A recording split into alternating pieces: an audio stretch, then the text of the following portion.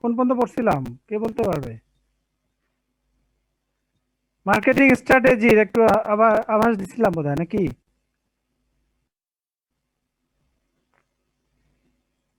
গত ক্লাসের এটা আছে?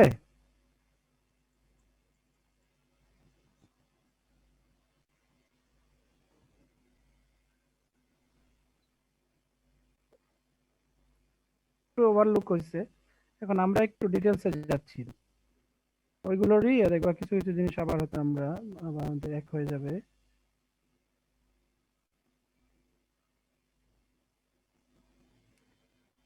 দেখা যাচ্ছে? স্ক্রিন দেখা যায়?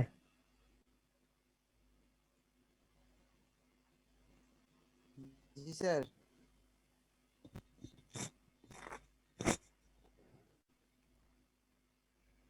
ওকে, যদি দেখা যায় আমরা শুরু করি। তাহলে আমরা অলরেডি কিন্তু আমরা ফার্ম প্ল্যানিং কি, poultry farm planning, farm planning এবং কি কি ধরনের প্ল্যানিং হয় এগুলো নাম টামগুলো একটু পড়ছিলাম, তাই না?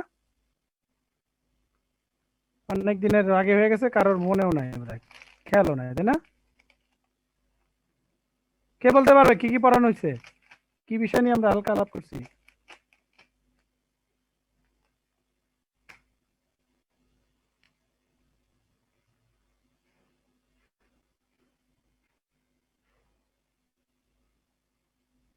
কেউ কোনো আওয়াজ নাই কেন?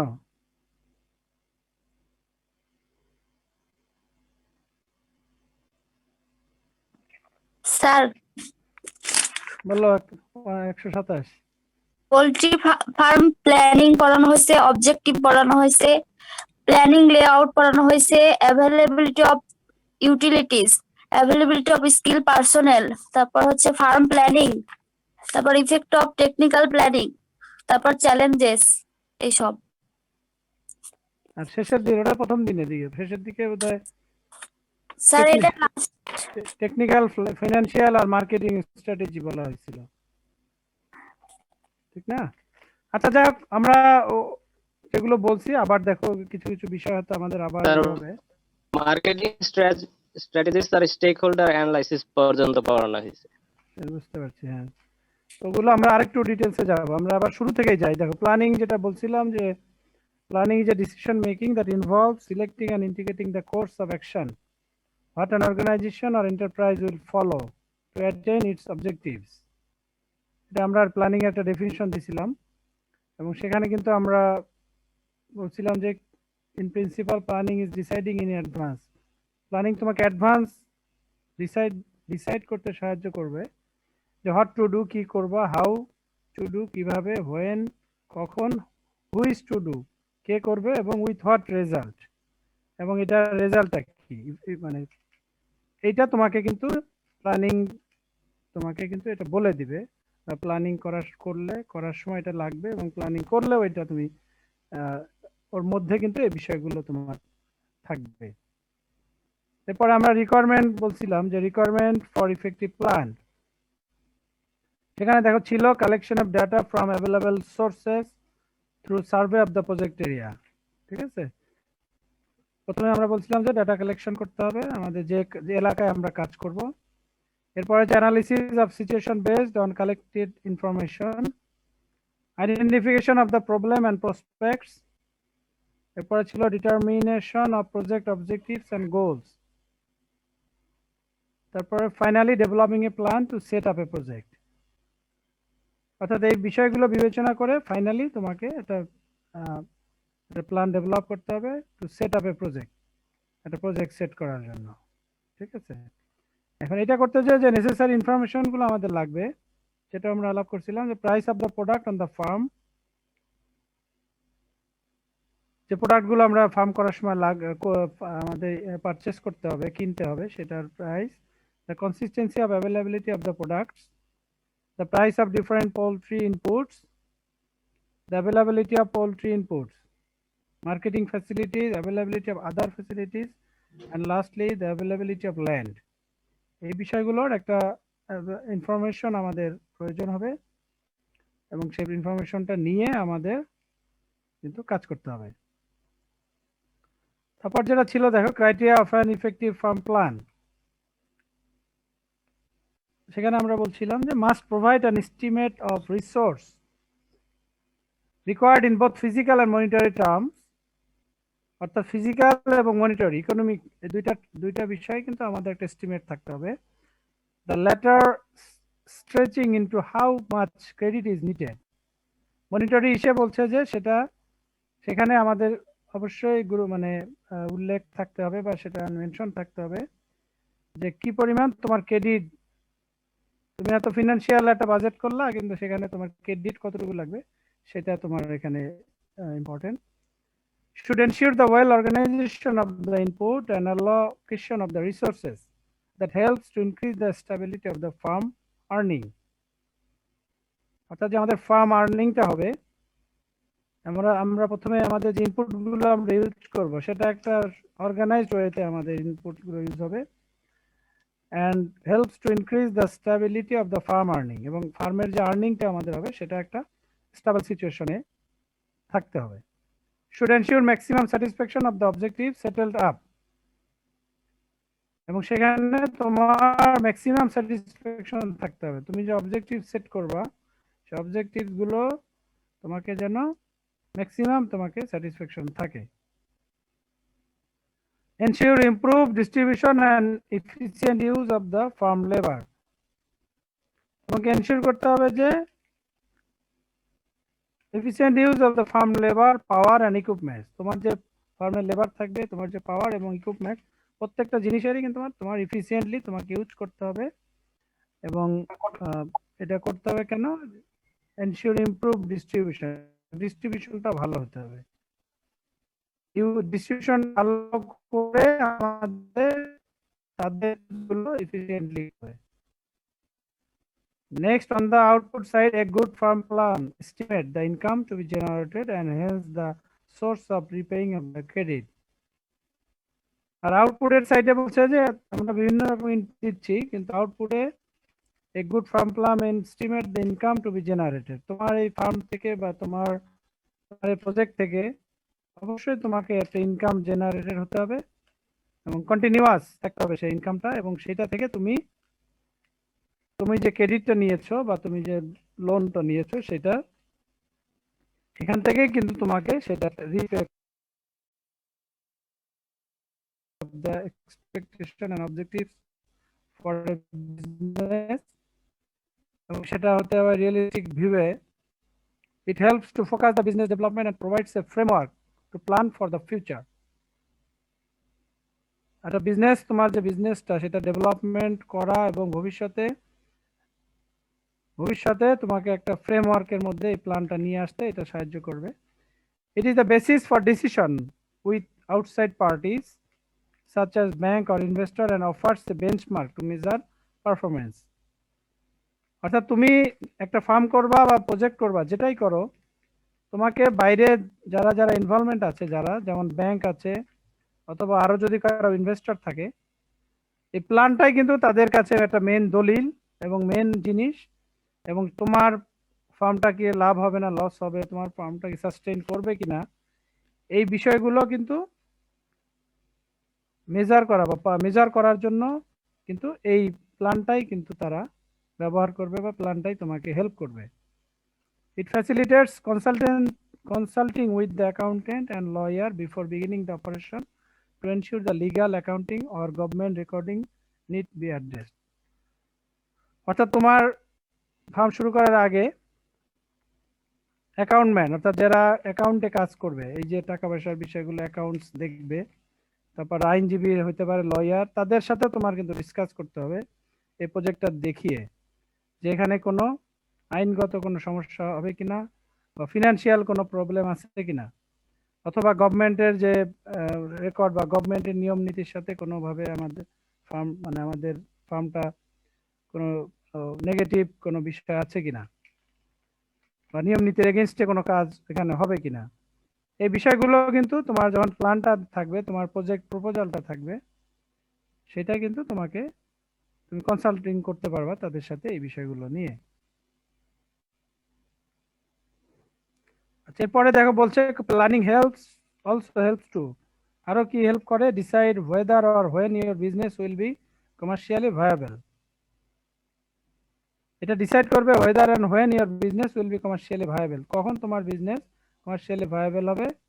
Bring together your ideas and research into a structured format, তোমার আইডিয়া এবং রিসার্চ একটা স্ট্রাকচার ফরম্যাটে নিয়ে আসতে সাহায্য করবে। Clarify your business purpose to yourself and communicate it to any partner or staff. Clarify your business purpose to yourself, নিজের কাছে নিজে ক্লিয়ার হতে পারবা এবং অন্য যে কোনো পার্টনার বা স্টাফের সাথে তুমি এটা নিয়ে আলোচনা করতে পারবা বা ক্লিয়ার হতে পারবা বা তাদেরকে বুঝাতে সক্ষম হবা। Next, predict future scenario and pitfall and address them before they threaten the success of your business. ভবিষ্যতে কি ধরনের সিচুয়েশন সামনে আসতে পারে, কি ধরনের অসুবিধা হতে পারে এবং সেইগুলো এই ধরনের কোনো থ্রেট আসলে সেটা কিভাবে তুমি সেটা ওভারকাম করবা, এই বিষয়গুলো কিন্তু তোমাকে আগে থেকেই কিন্তু তোমার প্ল্যান দেখে বা বুঝে তুমি কিন্তু সতর্ক হতে পারবা। Set out the strategy for your business and particularly your marketing strategy. তোমাকে অন্য ধরনের সকল ধরনের স্ট্র্যাটেজি, বিশেষ করে বলছে মার্কেটিং স্ট্র্যাটেজিটা সেট করার জন্য কিন্তু প্ল্যানিংটা হেল্প করবে। Set targets and objectives including sales and financial targets, so you can monitor your business performance on an ongoing basis. অর্থাৎ টার্গেট এবং অবজেক্টিভস তোমাকে সেট করতে সাহায্য করবে, যেখানে সেলস থাকবে, ফাইন্যান্সিয়াল বিষয় থাকতে পারে এবং সেটা you can monitor your business performance on an ongoing basis, এবং তুমি সেখানে কিন্তু অনগোয়িং বেসিসে মনিটরিং করতে পারবা।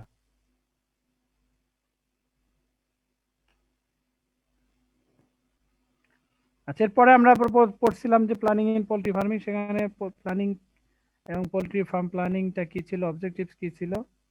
এরপরে আসো যেটা আমরা আরেকবার দেখছিলাম যে technical planning in poultry farm. তিনটা প্ল্যানিং এর কথা আমরা বলছিলাম, তিন টাইপের, একটা হচ্ছে টেকনিক্যাল, একটা ফিনান্সিয়াল, একটা মার্কেটিং। তো ফার্স্ট ওয়ানে যেটা আমাদের ছিল যে poultry farming requires critical skills and knowledge on how the project can be undertaken.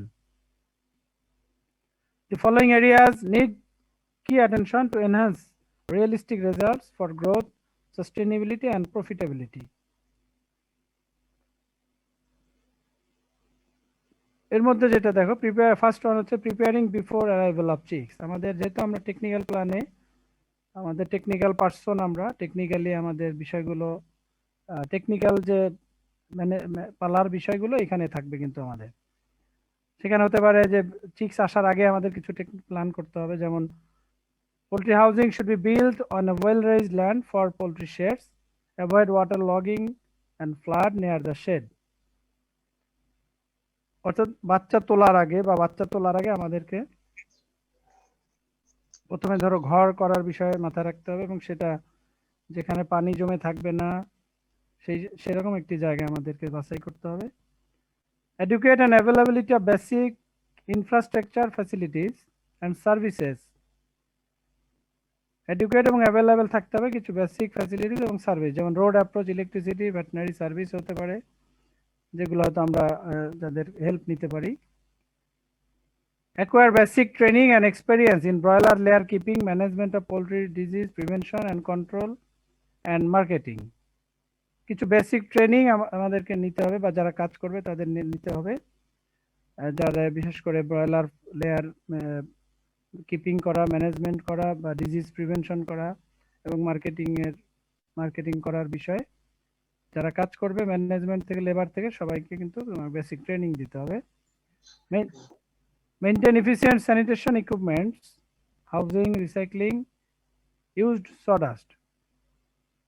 তোমাকে স্যানিটেশন ব্যবস্থা ভালো মতো নিতে হবে, বিশেষ করে বায়োসিকিউরিটি বিষয়টা, সেখানে ইকুইপমেন্টস হতে পারে, হাউজিং হতে পারে এবং রিসাইক্লিং ইউজ সডাস্ট। আমরা যদি সডাস্ট কখনো ইউজ করি, যেটা কাঠের গুঁড়া বলে, অনেক সময় সেটা রিসাইক্লিং করা যায়, তবে বাস্তবে রিসাইক্লিং লিটার না ইউজ করাটাই ভালো। Purchase poultry equipments, example for brooding, feeding, watering purpose. অর্থাৎ ইকুইপমেন্টস গুলো আমাদেরকে আগে কিনে ফেলতে হবে, বাচ্চা আসার আগে ইকুইপমেন্টস কিনে ঘর রেডি করে তারপরে আমাদের বাচ্চা আনতে হবে। এরপরে দেখো ইফেক্টস অফ টেকনিক্যাল প্ল্যানিং, যেমন self fulfilment in management of poultry farming, quality production in poultry farming, এটা হচ্ছে তোমার টেকনিক্যাল প্ল্যানিং এর effect. Timely production of poultry products, technical plan যদি তোমার ভালো হয় তাহলে কিন্তু তুমি self fulfilment in management of poultry farming এর ম্যানেজমেন্ট অংশটা তুমি ফুলফিল করতে পারবে ভালো মতো। প্রোডাকশনটা তোমার কোয়ালিটি প্রোডাকশন হবে। এরপরে হবে টাইমলি প্রোডাকশন, অর্থাৎ তোমার যে শিডিউল থাকবে বছরে বা মাসে কয়টা ব্যাচ করা, কয়টা করা, সেইটা তুমি টাইমলি করতে পারবা। Market sustainability of poultry products, market sustain করা, পোল্ট্রি প্রোডাক্টের যে মার্কেট সেটা সাস্টেন করার বিষয় থাকবে। ডিজিজ কন্ট্রোল অ্যান্ড ম্যানেজমেন্ট, সেখানে তুমি ইজিলি ডিজিজ কন্ট্রোল এবং ম্যানেজ করতে পারবা।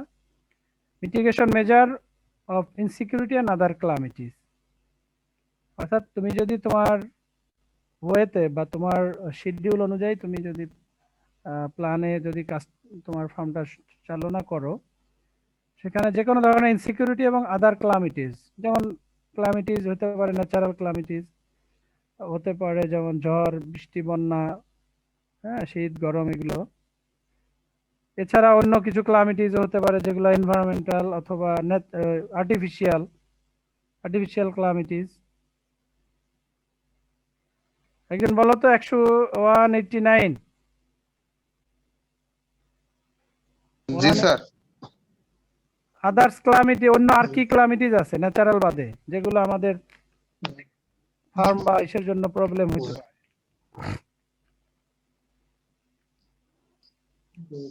একটা হচ্ছে ন্যাচারাল আর আর্টিফিশিয়াল আছে কিছু, সেই যেমন জি স্যার। উদাহরণ দাও।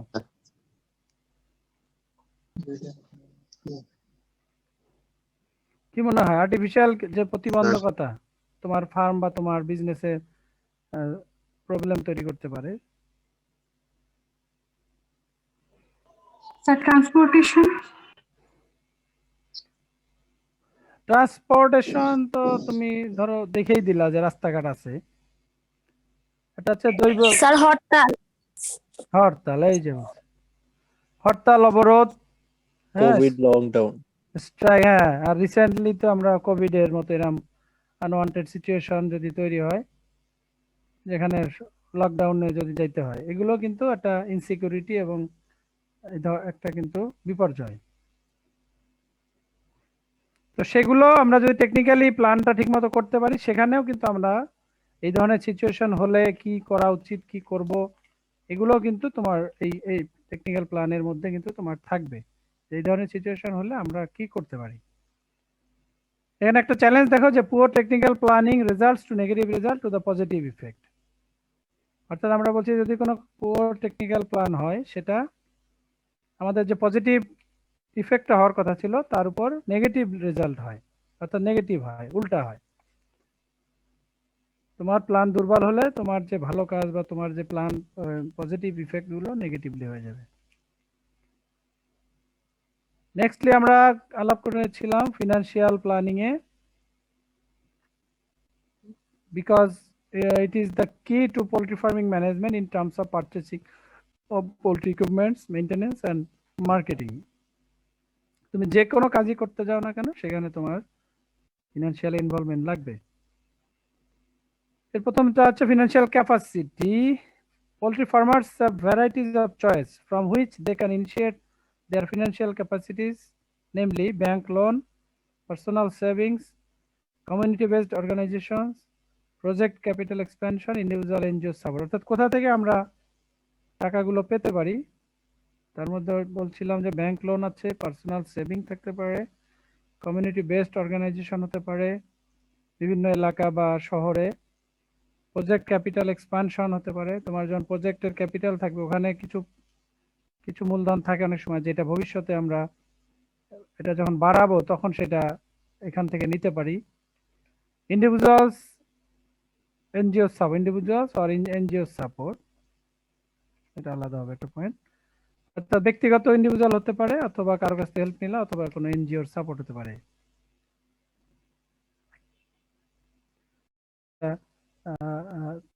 মানে চিন্তাও করতে হবে এবং সেটার ক্ষমতাও রাখতে হবে।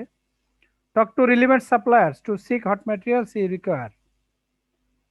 তোমাকে যারা এই বিভিন্ন জিনিস এই ইকুইপমেন্ট সহ আদার জিনিস তোমাকে সাপ্লাই করে সেই রিলেভেন্ট সাপ্লায়ারের কাছ থেকে তোমাকে মানে সেই সাপ্লায়ারের সাথে কথা বলতে হবে যে হট ম্যাটেরিয়ালস ইউ রিকোয়ার, তোমার কি ধরনের ম্যাটেরিয়ালস প্রয়োজন সেটা তোমাকে তাদেরকে জানাইতে হবে বা তাদের কাছ থেকে তুমি সেটা কিনতে পারো।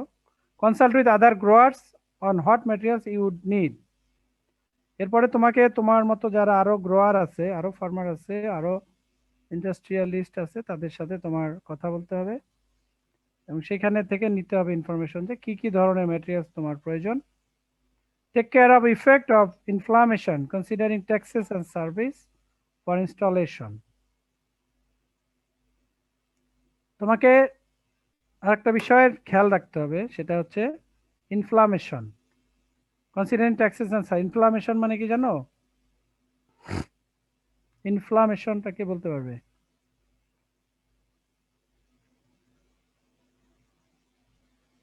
ইনফ্লামেশন কে বলতে পারবা?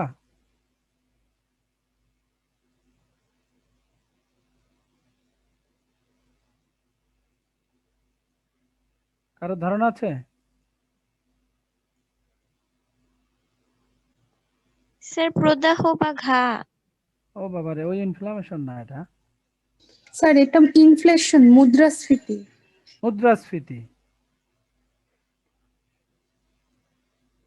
মুদ্রাস্ফীতি মানে কি? স্যার টাকার মান কমে যাওয়া। টাকার মান কমে যাওয়া, উদাহরণ দাও। স্যার যেমন আমরা আগে যে জিনিসটা 50 টাকায় কিনতাম এখন সেটা 500 টাকায় কিনছি, মানে জিনিসটা একই থাকলো কিন্তু টাকা বেশি লাগছে, তার মানে টাকার মান কমে গেল। হ্যাঁ, বিশেষ করে যারা ডলারের বিষয়টা যদি আমরা খেয়াল করি, ডলারের রেট দেখবা যে কম ওঠানামা করে, অনেকেই জানো এটা, তাই না? আজকে হয়তো 80 টাকা দিয়ে ডলার কিনলাম, কালকে দেখবা যে 81 টাকা, আর একদিন 82 টাকা, আবার কোনোদিন 79 টাকা। অর্থাৎ একটা অ্যামাউন্ট কিনতে বা একটা ডলার কিনতে তোমার যখন 80 থেকে 81 82 বাড়তে থাকবে তখন তোমার তার মানে তোমার টাকার মান কমে গেছে, ঠিক আছে? আর যখন তোমার ধরো 80 থেকে কমতেছে 79 78, তার মানে তোমার টাকার যে মানটা, ভ্যালুটা, এটা কিন্তু শক্তিশালী হচ্ছে, টাকার মূল্যায়নটা বেশি হচ্ছে আর কি। হ্যাঁ, তো এটাকে বলে যে অবমূল্যায়নের ক্ষেত্রে, অবমূল্যায়ন মানে ওইটা আর কি, যে টাকার মান পড়ে যাওয়া বা কমে যাওয়া। তুমি হয়তো যেভাবে একটা হিসাব করছো যে বাইরে থেকে মনে করো যে আমার একটা ইনকিউবেটর কিনবো, আজকে ডলারের রেট 80 টাকা হিসাবে আমার মনে করো $1000 লাগবে। এটা প্ল্যান করে প্রজেক্টর পাস করে লোন টোন নিয়ে তুমি যখন কিনতে গেলা, দেখলা যে তোমার $1000 দাম ঠিকই আছে, কিন্তু তোমার টাকা হয়ে গেছে 80 টাকার জায়গায় ওই ডলার কিনতে হচ্ছে 82 টাকা দিয়ে, ঠিক আছে? তার মানে তোমার ডলার প্রতি 2 টাকা করে যদি বাড়ে, $1000 কয় টাকা হবে? 2000 নাকি? 2000। তার মানে এই টাকাটা তোমার কিন্তু বেশি লাগতেছে, ঠিক আছে? তা তোমার তো বাজেটে এটা ধরা ছিল না যে আমার এই যে এক্সট্রা টাকাটা, এই টাকাটা তাহলে তুমি কোথা থেকে পাবা, তাই না? তো এই জন্য বলতেছে যে তোমাকে এই ধরনের ইনফ্লামেশনটা মাথায় রাখতে হবে। তোমাকে যখন কস্টিং করবা তখন তোমাকে ধরে নিতে হবে যে 10% বেশি কম হতে পারে, বা এরকম একটা অ্যামাউন্ট তোমাকে কিন্তু এটা এখানে তোমাকে ধরে রাখতে হবে। নেক্সট হচ্ছে considering time of receiving checks and that of placing order for material delivery to enable supplier provide efficient service.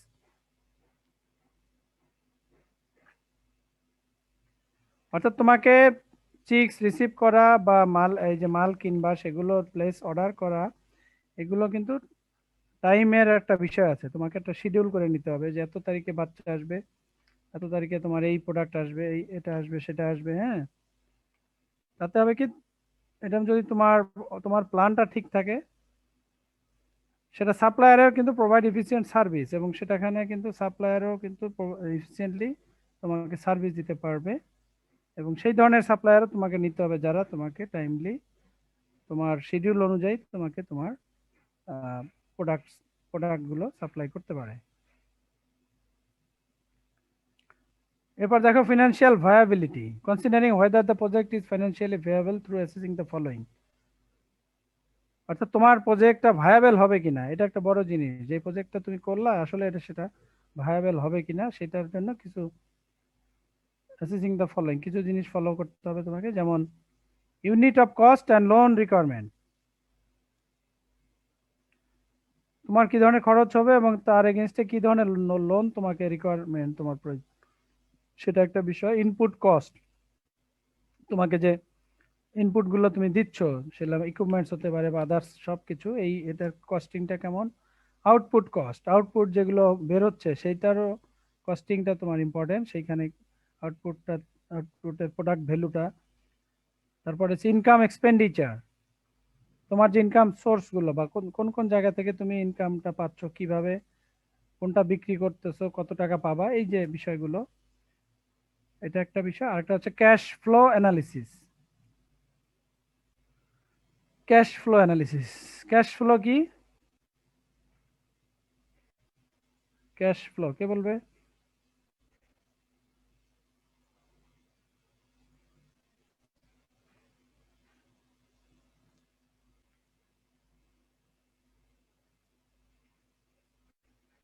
Cash flow analysis 146 Tony.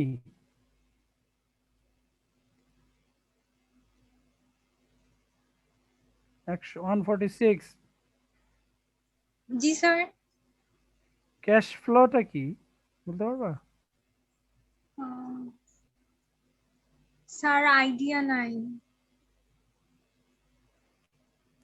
Idea নাই, কার আছে?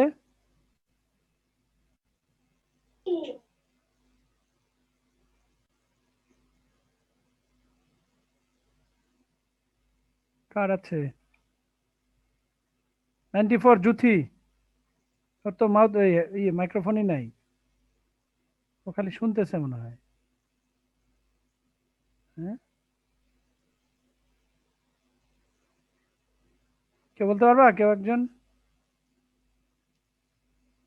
স্যার আমি একটা বিজনেস বা যে কোনো একটা প্রজেক্টে কত টাকা ইনভেস্ট করলাম এবং সেখান থেকে আমি আউটপুট কত পাচ্ছি, এই যে ফ্লোটা সেটাই হচ্ছে স্যার ক্যাশ ফ্লো। তো আমার যদি ইনভেস্টমেন্ট থেকে আমি লাভ করতে পারি তাহলে সেটাকে স্যার আমি পজিটিভ ক্যাশ ফ্লো বলতে পারি। পজিটিভ হলে তো আবার নেগেটিভ ক্যাশ ফ্লো আছে। জি নেগেটিভ, স্যার, সেক্ষেত্রে যদি আমি লস নেগেটিভটা কি? করি আমার লস আমার হলো অবজেক্টিভ। জি স্যার। না, লস হলে তো এটা ফ্লো মানে কি, প্রবাহ, ওয়াটার ফ্লো। যে পরিমাণ টাকা আমি ইনভেস্ট করলাম মানে আমার প্রজেক্টে ঢুকালাম এবং সেখান থেকে বের হয়ে আসা, এই টোটাল জিনিসটা হচ্ছে ক্যাশ ফ্লো। হ্যাঁ ঠিকই আছে, তো কতটা তুমি ইনভেস্ট করলা এবং কতটা আসলো সেটাও একটা বিষয়। আবার একটা হচ্ছে যে মানে কনসিস্টেন্সি থাকা বা কন্টিনিউয়াস ক্যাশ ফ্লো, মানে হচ্ছে যে তুমি একটা ইনভেস্ট করতেছো, ধরো কিছু টাকা আজকে ইনভেস্ট করলা,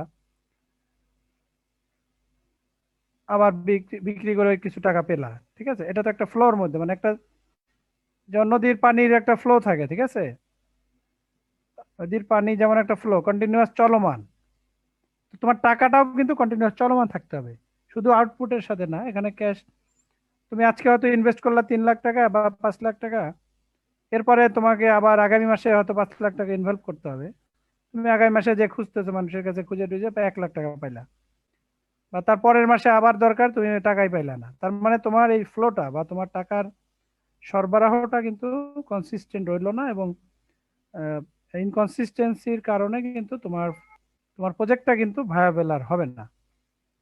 বুঝতে পারছো? অর্থাৎ তোমাকে মনে করো বাচ্চার জন্য টাকা দিতে হবে, খাবারের জন্য দিতে হবে, লেবারের বিল দিতে হবে, তাই না? এইভাবে তো আমাদের খরচগুলো বাড়বে যায়। তো তুমি 1 মাসে বেতন পাইলে আর 1 মাসে বেতন দিলা না, তাহলে লেবার তো আর সামনের মাস থেকে কাজ করবে না।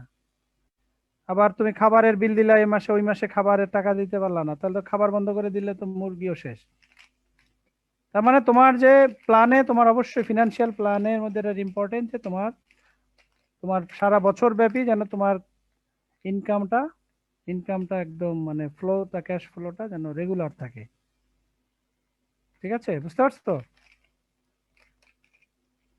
যে তোমার ইনকাম হোক বা না হোক, কিন্তু তোমার খরচটা যেন, খরচের যে খাতগুলো বা যে খরচটা হবে সেই টাকাটা যেন তুমি কন্টিনিউয়াস সেটা সাপ্লাই করতে পারো, তাহলে সেটা আমরা বলবো যে ক্যাশ ফ্লো ঠিক আছে। আর যদি ক্যাশ ফ্লো ঠিক না থাকে তাহলে এই প্রজেক্ট কিন্তু আর ভায়াবল হবে না, সার্ভাইভ করবে না। নেক্সট দেখো, planning of marketing strategy to sustain poultry farming. এক মিনিট।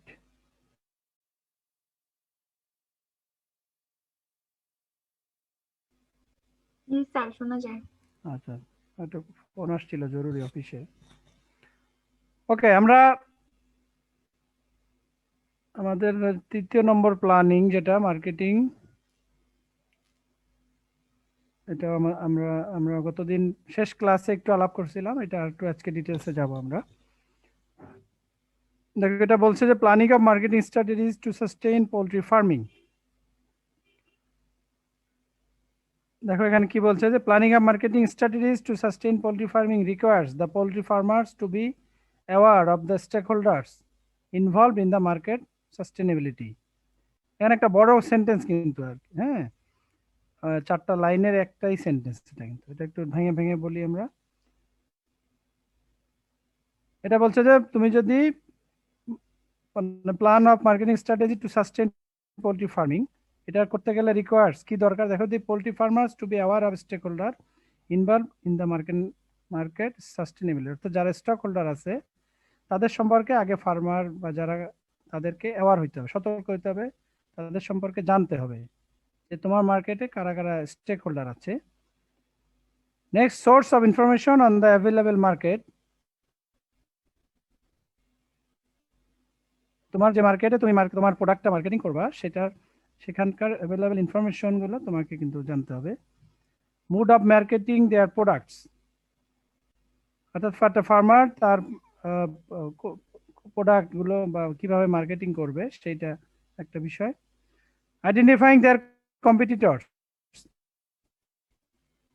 এবং সেখানে তাদের কম্পিটিটরস কারা জানতে হবে। And working in direct and indirect partnership to promote growth and sustain marketing poultry products, এবং তোমাকে কাজ করতে হবে ইনডাইরেক্ট এন্ড ইনডাইরেক্ট পার্টনারশিপে, সরাসরি হতে পারে অথবা ইনডাইরেক্টলি হতে পারে, to promote growth and sustain marketing poultry products, অর্থাৎ পোল্ট্রি প্রোডাক্টের এই যে গ্রোথ হওয়াটা, মার্কেটে তোমার প্রোডাক্টটাকে অ্যাভেলেবেল করা, তোমার প্রোডাক্টটা বাড়ানো এবং সেটা সাস্টেইন করার জন্য ডাইরেক্টলি অথবা ইনডাইরেক্টলি পার্টনারশিপে তোমাকে কিন্তু কাজ করতে হবে। অর্থাৎ এই 3-4টা বিষয়ে যদি 3-4টা বিষয়কে বিবেচনা করে তারপরে আমাদের মার্কেটিং স্ট্র্যাটেজি গুলো সেট করতে হবে। নেক্সট দেখো, স্টেক হোল্ডার, এরপরে আমাদের যে মেন আর একটা বড় পার্টনার সেটা হচ্ছে স্টেক হোল্ডার অ্যানালিসিস। প্রথমে কি বলছে দেখো, identify stakeholder who participate in ensuring growth and sustainable market namely, অর্থাৎ আমরা বলছিলাম যে আমাদের স্টেক হোল্ডারকে আগে জানতে হবে তোমার কারা কারা এই তোমার এই মার্কেটের সাথে জড়িত বা তোমার প্রোডাক্টের সাথে কাদের কাদের ইনভলভমেন্ট থাকতে পারে, তৈরি থেকে শুরু করে একদম শেষ পর্যন্ত। প্রথমে হচ্ছে দেখো ফার্মার, অর্থাৎ যে এই প্রোডাক্টটা তৈরি করতেছে সে কিন্তু সবচেয়ে বড় একটা স্টেক হোল্ডার, বা সে একজন বড়, তার একটা identity, whose primarily objective is to make their enterprise profitable, যার টার্গেট হচ্ছে যে তার ব্যবসাটাকে কিভাবে লাভ করা যায়। এরপরে ইনভলভমেন্ট আছে, যেমন অনেকগুলো আছে, তার মধ্যে এখানে একটা ইম্পর্টেন্ট, যেমন ফিড মিলার, ফিড আমাদের ব্রয়লার বা আমাদের মুরগির জন্য আমরা জানি খাদ্যের একটা বড় অংশ আমাদের খাদ্য, তো সেই খাদ্য কারা কারা এখানে ফিড মিলার আছে, কাদের কাদের ফিড মার্কেটে চলতেছে, কাদের থেকে তোমার ফিড কিনতে হবে সেটা তোমার কিন্তু জানা দরকার। ensure that their enterprise is profitable and ensures constant supplies, এবং প্রফিটেবল যেমন হতে হবে এবং সেটা কিন্তু কনস্ট্যান্ট সাপ্লাইও থাকতে হবে। খাবার কিন্তু একদিনের জন্য বন্ধ করা যাবে না, বা একদিনের জন্য তোমার কিন্তু মুরগিকে না খেয়ে রাখা যাবে না। জন্য ফিড মিলটা একটা ইম্পর্টেন্ট, যে এখানে কারা কারা আছে এবং সেখান থেকে তোমার চাহিদাটা তোমার মিটবে কিনা বা কার কাছ থেকে নিবা। একজনটা যদি বন্ধ হয়ে যায় তখন যেন বিকল্প আর একজনের কাছ থেকে নেওয়া যায়, এই বিষয়গুলো কিন্তু তোমার অ্যানালাইসিস করতে হবে।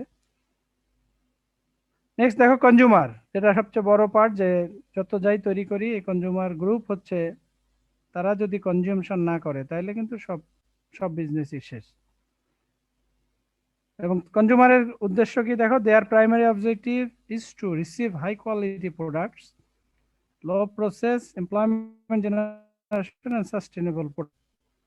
কনজিউমারের প্রথম চাহিদা থাকে যে আমার প্রোডাক্টটা ভালো হইতে হবে, লো আমাদের লো প্রসেস না হবে, এটা আসলে লো প্রাইস হবে, প্রাইসটা কম হতে হবে, এবং সেখানে এমপ্লয়মেন্ট যদি থাকে বিভিন্ন লোক ইনভলভমেন্ট থাকলে সবচেয়ে ভালো, এবং যে প্রোডাক্টটা তারা কিনতে চায় সে প্রোডাক্টটা যেন মার্কেটের কন্টিনিউয়াস সাপ্লাই থাকে। এরপরে আছে কারা, সরকার, governments provide the greater number of citizen. তো সরকার একটা বড় স্টেক হোল্ডার, যাদের হাতে বড় এক নাম্বার অফ সিটিজেন আছে, অর্থাৎ সরকারের আন্ডারে সকল কিছুই আছে, এবং সিটিজেন যেমন আছে তেমনি কিছু রুলস রেগুলেশনও কিন্তু গভর্নমেন্টের আছে, যেটাও তোমাকে কিন্তু এই অ্যানালিসিসটা করতে হবে যে এখানে গভর্নমেন্টের কি রুলস রেগুলেশন আছে। এবং গভর্নমেন্ট তোমাকে, তার হয়তো অনেক বড় সিটিজেন আছে যারা তোমার এই প্রোডাক্টগুলো কনজাম্পশন করবে, মার্কেটিং করবে, কিন্তু গভর্নমেন্টের কিছু নিয়ম রুলস তোমাকে মেনে কিন্তু চলতে হবে ব্যবসা করার সময়, সেটাও কিন্তু আমাদের মাথায় রাখতে হবে। এবার আছে দেখো নন গভর্নমেন্টাল অর্গানাইজেশন, এরাও তোমার একটা বড় পার্টনার, এবং এখান থেকেও তুমি যেমন লোন নিতে পারো, এখান থেকে বিভিন্ন প্রোডাক্ট সাপ্লাই নিতে পারো, হ্যাঁ, বিভিন্ন রকম আবার প্রাইভেট অর্গানাইজেশন আছে, এরাও কিন্তু আমাদের একটা বড় স্টেক হোল্ডার।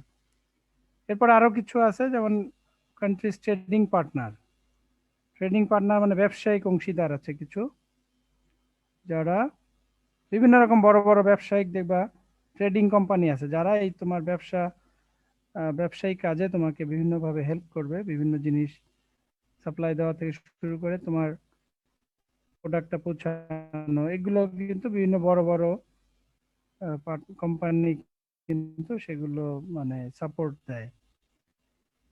তো এদেরকে, এই ধরনের স্টেক হোল্ডার যারা থাকবে তাদের বিষয়ে আমাদেরকে আগে জানতে হবে ভালো করে। নেক্সট দেখো আমরা information access for poultry market, আমাদের কিছু ইনফরমেশন আমাদের কিন্তু এই মার্কেট সম্পর্কে তোমাকে জানতে হবে এবং তোমাকে ইনফরমেশন গুলো অ্যাক্সেস দিতে হবে। সেটা কোথা থেকে পাবো, ইনফরমেশন হতে পারে ডিফারেন্ট টাইপস অফ অফার, বিভিন্ন রকম অফার দিয়েও কিন্তু আমরা অনেক সময় প্রোডাক্ট সম্পর্কে জানি। অফার দেয় না, যেমন ধরো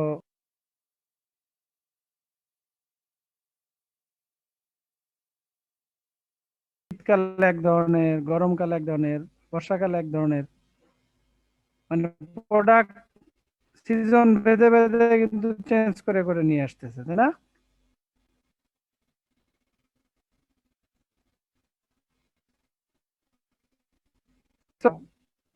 দেখছো জি স্যার, নাকি বাসায় আছে তো। আছে, ভেরি গুড। কোন সিজনে মাখো? দিন না, দাও না, সবসময় দিচ্ছে কোম্পানি।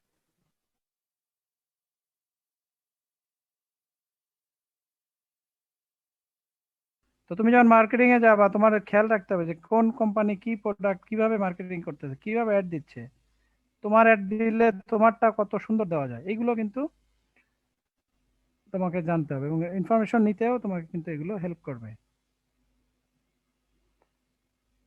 নেক্সট দেখো,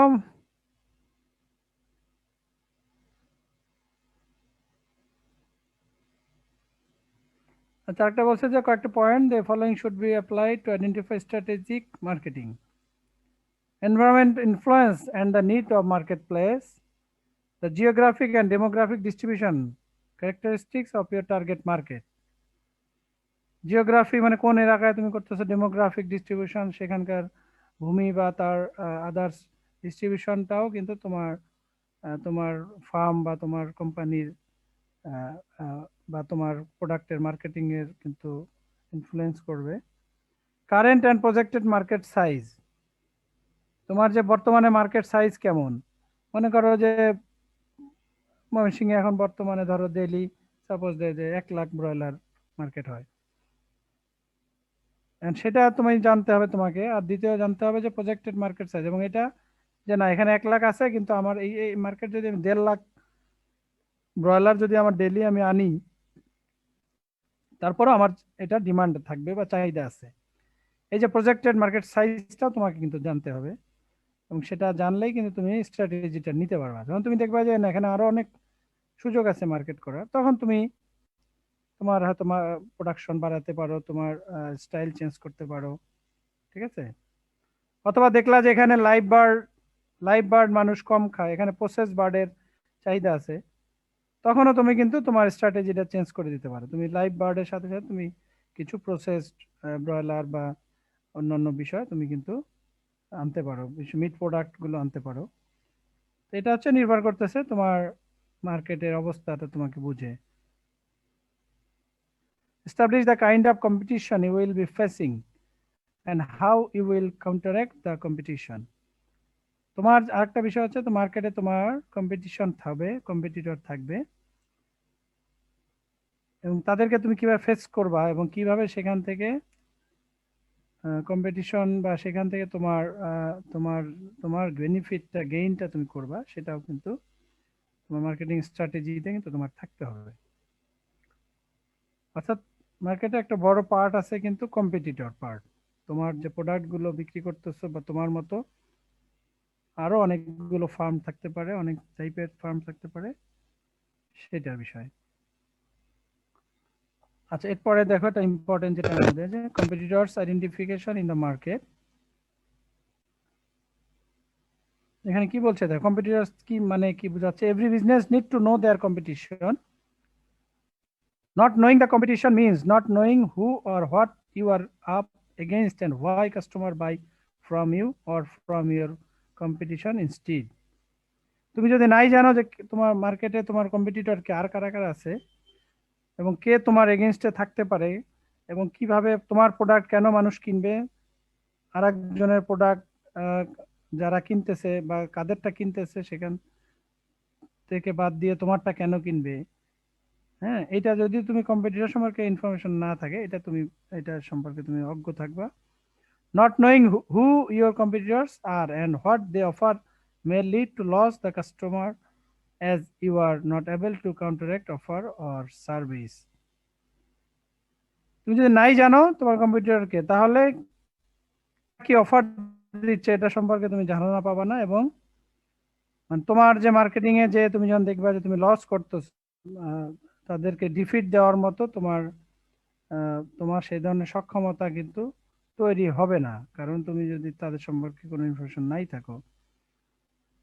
or to develop in line with the changing market to stay competitive. আরেকটা হচ্ছে যে মনোপলি বিজনেস হতে পারে, যে একজন মনোপলি করতেছে বা তুমি চাচ্ছ মনোপলি করতে, কিন্তু সেক্ষেত্রেও তোমাকে কিন্তু আরেকজনের সম্পর্কে জানতে হবে, এবং মনোপলি বিজনেসটা হলেই কিন্তু তখন মার্কেটের সিচুয়েশনটা খারাপ হয়। যখন অনেকগুলো কম্পিটিটর থাকবে তখন কিন্তু একটা কম্পিটিশন থাকবে, তখন সবার মধ্যে একটা প্রতিযোগিতা থাকবে যে কিভাবে ভালো প্রোডাক্ট দেওয়া যায়, কিভাবে কম দামে দেওয়া যায়। কিন্তু যখনই কম্পিটিটর থাকবে না বা কম্পিটিটর সম্পর্কে না জানবা, তখন কিন্তু হয় তুমি একটা বড় সড়ো কিন্তু তুমি বিপদের মধ্যে বা লসের মধ্যে পড়তে পারো। এখন দেখি আমরা কি ধরনের identification of competitors considering the follow. কারা কারা কম্পিটিটর হতে পারে বা কি ধরনের কম্পিটিশন তোমার ফেস করা লাগতে পারে। First on the direct competition, সরাসরি কম্পিটিশন। এখানে হতে পারে ইউজ সেম টার্গেটস, অর্থাৎ তোমার একই টাইপের জিনিস যদি দুজন বিক্রি করো, দুজনই ব্রয়লার বিক্রি করতেছে, লাইভ ব্রয়লার, সেক্ষেত্রে তোমাদের দুজনের মধ্যে কিন্তু ডাইরেক্টলি একটা কম্পিটিশন হচ্ছে একই টাইপের প্রোডাক্ট বা এগ, মিট অর এগ, যেটাই হোক না কেন। Indirect competition, one may not rearing chicken but importing poultry products, অর্থাৎ ইনডাইরেক্টলি কম্পিটিশন। কিভাবে? তুমি হয়তো ঠিকই ব্রয়লার করতেছো কিন্তু আরেকজন করতেছে কি, সে বাইরে থেকে ইম্পোর্ট করে ব্রয়লার মাংস নিয়ে আসতেছে, অর্থাৎ সে তোমার সাথে তোমার মতো পালতেছে না, ফার্ম করতেছে না, বা তোমার সাথে সরাসরি এই চ্যানেলে নাই, কিন্তু সে কিন্তু একই টাইপের প্রোডাক্ট সে মার্কেট ইম্পোর্ট করে এনে সে কিন্তু মার্কেটে ছেড়ে দিচ্ছে। আরেকটা হচ্ছে ফিউচার কম্পিটিশন। তোমাকে এটাও জানতে হবে যে ভবিষ্যতে তুমি কি ধরনের কম্পিটিশন ফেস করতে পারো, যেহেতু এখন হচ্ছে ইন্টারনেটের যুগ, এখন হচ্ছে ওয়েবের যুগ, এখন ডিজিটাল যুগে international brings international competition closer. Poultry industry এখন দেখবা যে যেভাবে পোলট্রি ইন্ডাস্ট্রি ডেভেলপ হচ্ছে, আমাদের কিন্তু বিদেশি কোম্পানি এখানে বাংলাদেশে ভর্তি, শয়ে শয়ে কোম্পানি আছে যারা বিদেশি কোম্পানি। তারা একদম ইকুইপমেন্টস থেকে শুরু করে, ফিড থেকে শুরু করে, ম্যানুফ্যাকচারিং থেকে শুরু করে, ওষুধ থেকে শুরু করে এভরিথিং তারা কিন্তু বাংলাদেশে আসতেছে এবং মার্কেটিং করতেছে। তো যারা প্রথমে শুরু করছিল প্রথম দিকে, তখন কিন্তু এত যে বাইরের বায়ারদের এত ইন্টারেস্ট কিন্তু বাংলাদেশ কাটবে এটা কেউ যা বুঝতে পারে নাই। এবং বাইরে থেকে যখন আসবে, তোমাকে যখন একটা প্রাইস দিবে, ধরো একটা কম দামে দিয়ে দিল, তখন তোমার লোকাল বা তোমার দেশি যে যারা গ্রোয়ার আছে, ডেভেলপার আছে, দেশি সাপ্লায়ার আছে, তারা কিন্তু একদম পথে বসে যাবে।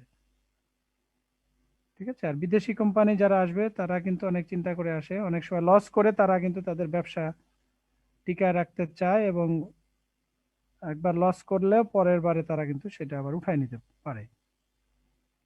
তো এই ধরনের ফিউচার তোমার কাজে কি কি ধরনের কম্পিটিশন তোমার ক্ষেত্রে হতে পারে, এটাও কিন্তু তোমাকে you should consider. Objectives of the competitor, যারা কম্পিটিটর আছে তাদের অবজেক্টিভস তোমাকে কনসিডার করতে হবে এবং জানতে হবে তারা কি চিন্তা করতেছে, কি উদ্দেশ্য লক্ষ্য তাদের। এরপরে তোমাকে যেটা করতে হবে স্ট্র্যাটেজি, তোমাকে কিছু স্ট্র্যাটেজি ঠিক করতে হবে কম্পিটিশন করার জন্য, এবং সেখানে লিডারশিপ একটা important factor. Next, pricing of poultry product. পরবর্তীতে তোমাকে প্রাইসিং অফ পোলট্রি প্রোডাক্টের প্রাইসিং তোমাকে কিন্তু ভালো করে করতে হবে বা জানতে হবে। তুমি দাম বাড়াই দিলে আর একজন কমাই দিল, সেটা কিন্তু হবে না। এই দামের ক্ষেত্রে যেটা বলি, মনে করো বড় কোম্পানিগুলো যেটা করে, দেখবে যে ছোট কোম্পানি কিন্তু অনেক বেশিরভাগ সময় টিকতে পারতেছে না, বেশ ছোট ফার্মগুলো টিকতে পারছে না। আমরা যদি এমনি যে কোনো একটা প্রোডাক্টের ক্ষেত্রে ধরি, ধরো মনে করো যে তুমি এখন শ্যাম্পু কিনতেছো, দেখবে যে হঠাৎ করে একটা শ্যাম্পুতে কিছু অফার দিয়ে দিল, এবার শ্যাম্পুর সাথে সাবান দিচ্ছে, কখন টাওয়েল দিল, কোথাও কোনো জায়গায় দিল চিরুনি, কোথাও দিল তোমার ওই যে হেয়ার ড্রায়ার, দেখছো নিভিয়ার সাথে, কখনো কখনো সানসিল্কের সাথে, কখনো ডাভের সাথে, দেখছো না? যারা শ্যাম্পু ইউজ করো দেখবা বিভিন্ন সময় এই ধরনের কিন্তু কিছু কিছু অফার থাকে বা প্রাইসিং থাকে। অর্থাৎ তুমি হয়তো তোমার কস্টিং হলো 100 টাকা একটা জিনিস তৈরিতে, আর একজনেরও 100 টাকা, কিন্তু সে যখন বড় কোম্পানি হবে, সে হঠাৎ করে দেখা গেল যে হয়তো দাম 100 টাকা থেকে তোমার 90 টাকা করে দিল, অথবা অন্য 100 টাকার সাথে এরকম একটা অফার দিল, আরো কিছু গিফট টিফট দিল। তাতে হবে কি যে তোমার যে কনজিউমারটা আছে সে কিন্তু তার দিকে চলে যাবে। তখন তুমি চিন্তা করবা যে ও কমাই দিছে আমিও কমাই দিই, কিন্তু তুমি হিসাব করে দেখলা যে তোমার খরচ হচ্ছে 100 টাকা, তুমি যদি হচ্ছে কমাও তোমার কিন্তু লস হবে, এবং তোমার ব্যবসা কিন্তু লস হবে, মানে তোমার ব্যবসা আর টিকবে না। তো সে 90 টাকা দিছে কিভাবে, সে কিন্তু জানে যে এই ধরনের ঘটনা ঘটবে, এবং সে ওই জন্যই 90 টাকা দিয়ে সে কিন্তু লস করেও সে জিনিসটা করতেছে, কারণ মার্কেট থেকে কম্পিটিটর গুলোকে সে সরানোর চিন্তা করতেছে। অর্থাৎ তুমি যখন দেখবা যে এইভাবে দাম কমানোর পরে, ধরো 1 মাস গেল, 1 মাস যাওয়ার পরে দেখবা তোমার পক্ষে আর এই ফার্ম চালানো, তোমার প্রোডাক্ট আর চলতেছে না, তোমার লস হয়ে তোমার ব্যবসা কিন্তু বন্ধ হয়ে যাবে। তো 1 মাস পরে এরকম আরো যারা আছে অনেকে টিকতে পারবে না, তো দেখা যাবে মার্কেট থেকে এরকম ধরো 50% কম্পিটিটর আর নাই, ফার্মটা বন্ধ হয়ে গেছে, মেশিনারি বন্ধ হয়ে গেছে, ইন্ডাস্ট্রি বন্ধ হয়ে গেছে।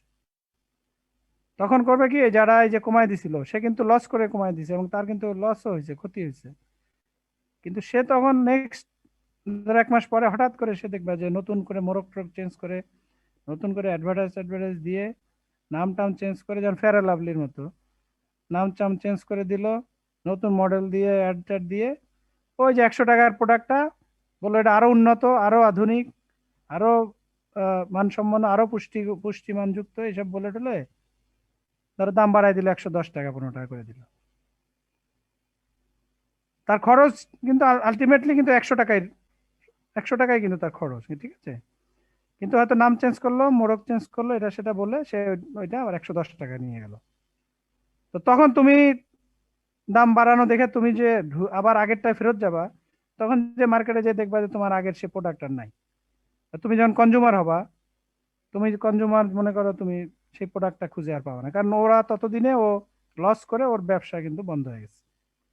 তো বাধ্য হয়ে তোমাকে ওই 110 টাকা দিয়ে তখন কিন্তু এই প্রোডাক্টটা কিনতে হবে। বুঝতে পারছো?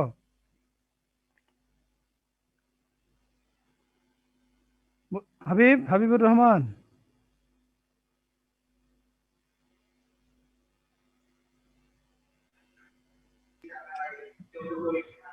জি স্যার। বুঝতে পারছো জি স্যার। কিভাবে কম্পিটিশন করা হয়, এবং কিভাবে মনে করো ছোট ছোট ফার্ম বলো, ইন্ডাস্ট্রি বলো, ছোট প্রোডাক্ট যারা যারা এই যে উদ্যোক্তা থাকে, স্বল্প উদ্যোক্তা, বেশিরভাগ দেখবা সার্ভাইভ করতে পারে না, কারণ হচ্ছে এই ধরনের স্ট্র্যাটেজি। যখনই বড় কোম্পানি দেখবে যে মার্কেটে আরো কিছু কিছু লোক ঢুকতেছে এবং তারা তার শেয়ার গুলো নিয়ে নিচ্ছে, কনজিউমাররা তার কাছে যাচ্ছে, তখন কিন্তু তারা এই স্ট্র্যাটেজিটা ফলো করে এবং ওই একবার দাম কমায়ার দিয়ে সব ছোটগুলোরে ভ্যানিশ করে দিয়ে দেয়। দিয়ে পরের বারে যখন আসে দেখবা যে ওই যে টাকা লস করছে ডবল টাকা সে উঠাই নিয়ে চলে যায়। জি স্যার, আমরাও তো এমনি হোটেলে খাই স্যার, যেখানে কম হয় সেখানে যাই। সেটাই। কিন্তু যখন দেখবা হোটেল বন্ধ হয়ে গেছে অনেকগুলা, মনে কর কেয়ার মার্কেট এরকম দেখবা যেগুলা যে নাস্তার দোকান টোকান বন্ধ হয়ে গেছে, ফাস্ট ফুড, এরপরে নতুন করে আবার ও যদি দাম বাড়ায় আসে, বাধ্য হয়ে তোমার কিন্তু খেতেই হবে। জি স্যার। এগুলো হচ্ছে প্রোডাক্ট কম্পিটিশনের যুগ, এবং তোমাকে ওই ধরনের স্ট্র্যাটেজি নিতে হবে, নাহলে তুমি টিকতে পারবে না। ওকে, নেক্সট দেখো strength and weakness of management. ম্যানেজমেন্টের স্ট্রেংথ এবং উইকনেস এটা তোমাকে বিবেচনা করতে হবে যে কম্পিটিশন করতে গেলে এই এই কোন তোমার কি কি স্ট্রেংথ আছে এবং উইকনেস কি কি। এরপরে নিউ ডেভেলপমেন্ট, কিছু কিছু ডেভেলপমেন্ট তোমাকে করতে হবে, যে তোমার প্রোডাক্টটা আগের মতোই অ্যাজ ইউজুয়াল না করে কিছু নতুন নতুন মোড় ভাবে নতুন স্টাইলে তোমাকে এটা ডেভেলপ করতে হবে। টার্গেট মার্কেট, তোমাকে টার্গেট মার্কেট সেট করতে হবে যে কাদের কাছে করব, হ্যাঁ, এবং কারা তোমার কনজিউমার, কারা তোমার বায়ার, সেটা কিন্তু তোমাকে সেট করতে হবে। তারপর সেলস অ্যান্ড প্রফিট, কি পরিমাণ তুমি সেলস করতেছো এবং সেখানে প্রফিট কেমন হচ্ছে, এটা একটা বিষয়। অর্গানাইজেশনাল স্ট্রাকচার, তোমার যে অর্গানাইজেশন আছে সেটার স্ট্রাকচারটা কত মজবুত, তোমার মার্কেটিং যে টিম আছে, সেই মার্কেটিং যে ম্যানেজমেন্ট টিম থাকবে সেই টিমটা কতটা এক্সপেরিয়েন্স, সেটা একটা important factor. Distribution channels and individual strength, তোমার যে প্রোডাক্টটা যে যে চ্যানেলে ডিস্ট্রিবিউশন হবে, মার্কেটিং চ্যানেল, এবং সেখানে ইন্ডিভিজুয়াল তাদের মানে স্ট্রেংথটা তোমাকে ইম্পর্টেন্ট এখানে মানে জানতে হবে যে কাদের কোন কোন চ্যানেলে তুমি তোমার প্রোডাক্টটা বিক্রি করতে পারো। অ্যাডভার্টাইজমেন্ট অ্যান্ড প্রমোশনাল অ্যাক্টিভিটিস, এটা আমরা আগেই বললাম, অ্যাডভার্টাইজমেন্ট এবং প্রমোশনাল অ্যাক্টিভিটিসটা খুব ইম্পর্টেন্ট তুমি যদি কম্পিটিশন করে যেতে চাও। আরেকটা আছে কাস্টমার ব্র্যান্ড পারসেপশন, এই যে ব্র্যান্ডিং করা, তোমার প্রোডাক্টটা তুমি কিন্তু ব্র্যান্ডিং করতে হবে, বা তোমার প্রোডাক্টটা মানুষের যখন মুখে যাবে, এই পরিচিতিটা তোমাকে যদি তুমি করে ফেলতে পারো, তাহলে কিন্তু তোমার মার্কেটে তুমি হয়তো একটা আস্থার জায়গা ফিরে পাওয়া। ফেয়ার অ্যান্ড লাভলি একটা ব্র্যান্ড, ঠিক আছে, আমরা সবাই জানি, ছোট বড় মাঝারি বড় বয়স্ক বৃদ্ধ, everybody know the fair and lovely, বা যে কোনো প্রোডাক্টের স্কয়ারের বিভিন্ন প্রোডাক্ট।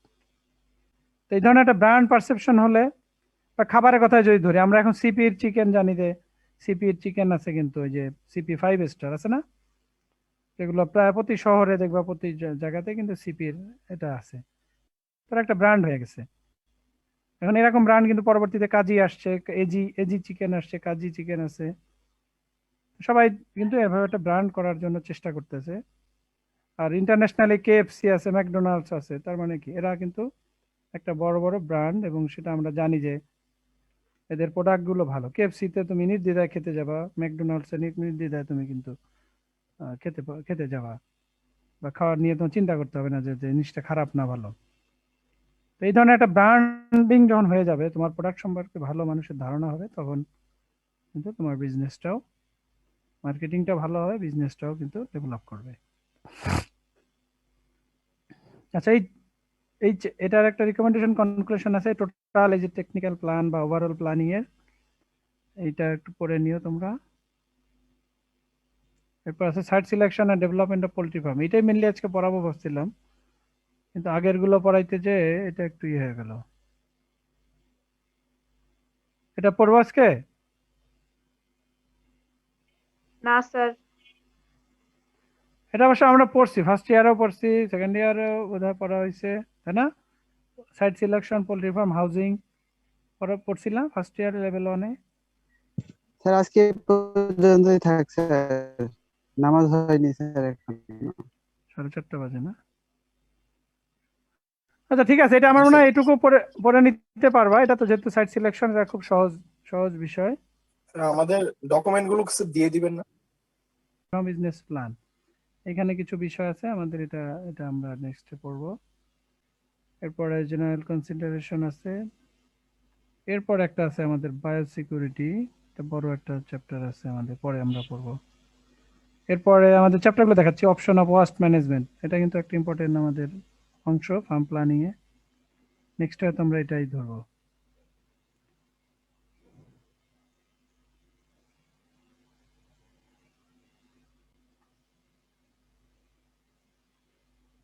ঠিক আছে, শাওন কি কোনো করছো অ্যাটেন্ডেন্সের?